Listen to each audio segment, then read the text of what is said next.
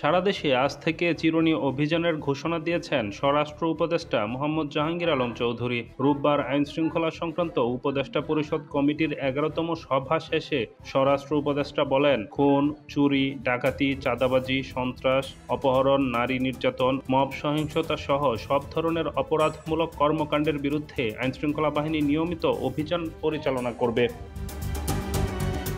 এ সময় সরকার জনশৃঙ্খলা ও জননিরাপত্তা বিঘ্নকারী যে কোনো কার্যক্রম কঠোর হস্তে দমন করবে বলেও তিনি জানান। এ সময় তিনি বলেন, দেশের পরিস্থিতি অনুযায়ী বিশেষ চিরুনি অভিযান পরিকল্পনার সিদ্ধান্ত গ্রহণ করা হয়েছে। এটা এখন থেকেই শুরু। ঘটনা কি সরকার সর্বোচ্চ গুরুত্ব সহকারে দেখছেন। 7 জনকে র্যাব, সেনাবাহিনী এবং পুলিশ গ্রেপ্তার করেছে।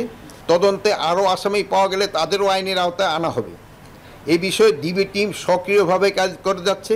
এই ঘটনায় প্রশাসনিক এবং আইনশৃঙ্খলা বাহিনীর কোনো শিথিলতা ছিল কিনা তাও সরকার গুরুত্ব সহকারে বিবেচনায় করবে এবং তাও খতিয়ে দেখতেছে। এই হত্যাকাণ্ডের বিচার দ্রুত বিচার ট্রাইব্যুনালে নেয়ার পদক্ষেপ নেওয়া হয়েছে। ইতিমধ্যে খুলনা হত্যাকাণ্ড একজনকে গ্রেপ্তার করা হয়েছে। অপরাধী সে যে কোনো দলেরই হোক না কেন, কোনো রাজনৈতিক অথবা অন্য কোনো পরিচয়ে কাউকে ছাড় দেওয়া হচ্ছে না এবং ভবিষ্যতেও দেওয়া হবে না।